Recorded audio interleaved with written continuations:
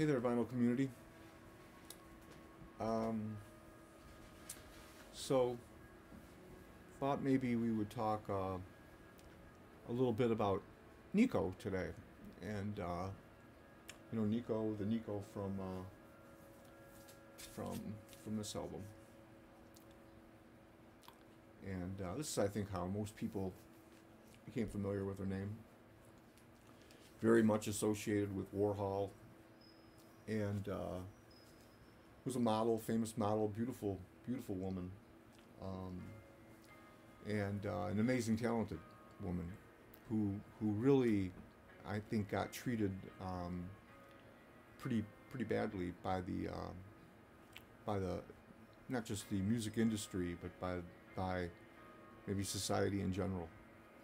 And it got me thinking a little bit about what we do to women in Western society, and how we treat women, especially women who rise above a certain level, women who kind of won't, stay in their place, so to speak.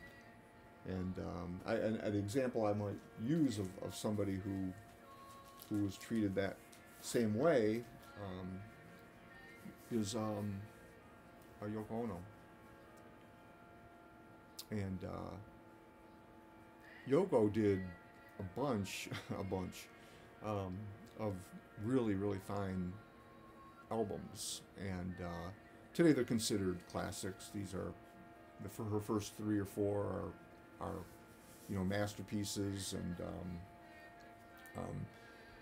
and she did some great later work too. She used to DJ in clubs and did some. But I was standing in line at a record store not too long ago, and I heard some fans of a really popular group talking about her. And I thought in 2024 that maybe we would be beyond some of that kind of talk, but we're not, and people still harbor these insane thoughts about her and what she did to their group, and her intrusiveness, and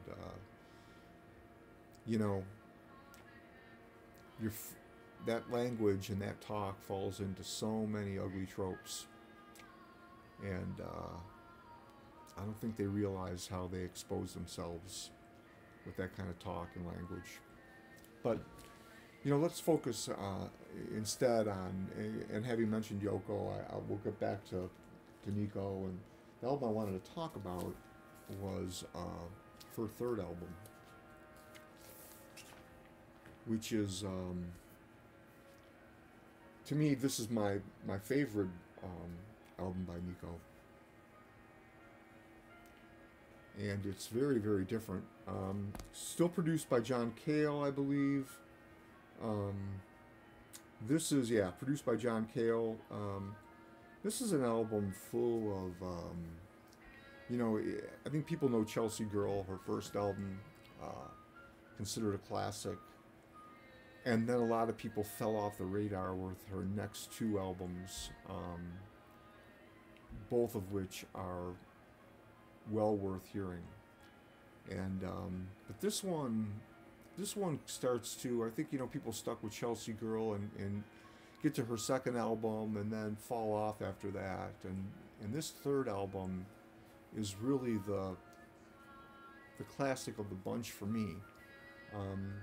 It's not what you might expect after hearing, the Velvet Underground and hearing her on Chelsea Girl, with these kind of folkish, sullen focus tracks with that gorgeous voice that she has. That's what you might expect her music to continue like. Well, Nico, working with John Cale, also from the Velvet Underground, were much, much more adventurous than that. And on this third album, they decided to work primarily with synths. And you might hear it in the background. It's on right now. And this isn't I'm tempted to say that this isn't an easy listen. And maybe it's not, but it's a worthwhile listen. And it's an album that I promise you, after you have heard it, it's very, very personal. And I think of all of her albums, perhaps the most revealing to who she really was. It's dramatic and it's sullen, and you can feel the longing in her heart for something, for love probably. And Nico lived an interesting life. She was a woman who was extremely beautiful, and yet at the same time, in many ways, did everything she could to not be judged on the basis of her beauty. And I think that that's one of the things that we do to women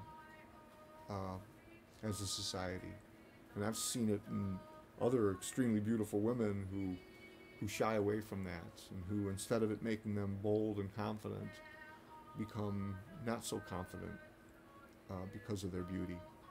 Strange, very strange thing. And it makes me wonder what we're doing wrong to make a woman want to hide from that. And Nico faced her own challenges in her life. She had addiction problems throughout most of her life, and there's lots of things you could say about her, and I think people have again and again focused on those negative attributes, whereas if it was and I'll just use a name here, not that this is necessarily attached to anything, but if it was Lou Reed, who was often known as not such a nice guy, we take it for granted, and we accept that it was just part of his character, that he was not such a nice guy. It kind of goes along with the music. We give it a smile and a wink. Well, I'm not saying that Nico wasn't a nice person, but she certainly had her faults. And she certainly did some things that, maybe she would regret later, or maybe not. But let's judge her on the basis of her art. And she made some amazing, amazing records. And I encourage you to investigate, particularly this one, that I think is the one that gets ignored the most. It's a beautiful record. And I promise you, when it's done, if you listen to it, you won't soon forget the music that was on this record. And it will stay with you. This is one of those records that I probably put it on once a year, and but I'm always glad it's right there. I'm always glad it's right there for me, because I know that this is going to make sense at some point during the year, and I know that I'm going to need to keep this close, because when this makes sense, nothing else will. It's a true beautiful record, and a true work of art from a woman who is very, very underappreciated. And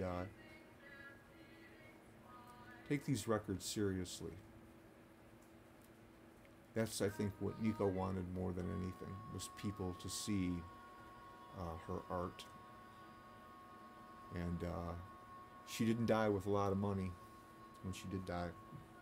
And that seems to be how we judge so much. I hear it so often, even in the vinyl community, where people are appreciators of music.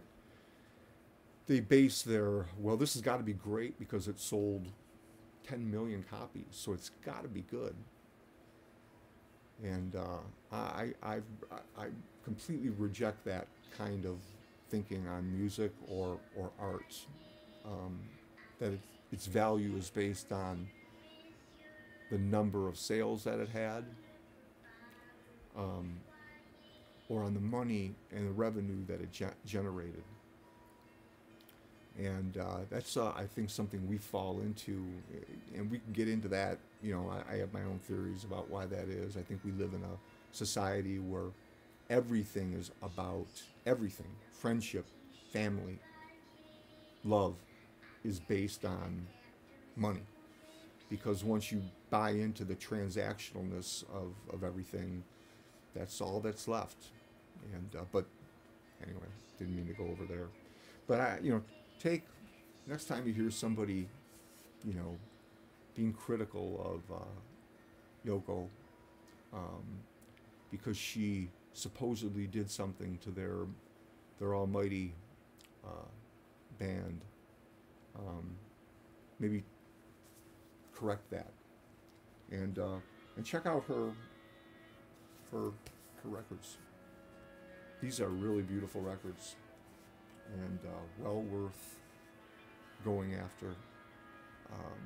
I recommend the first three, of which I have. There's some really nice reissues if you're not interested in tracking down the originals, because these originals are starting to get a little bit tough to find. And I've noticed the prices of them. I was in the store the other day and I noticed that Metal Machine Music was had like an $80 price tag on it. Amazing. But anyway, thanks for watching. Nico, Yoko, check it out. Beautiful stuff. Thanks for watching.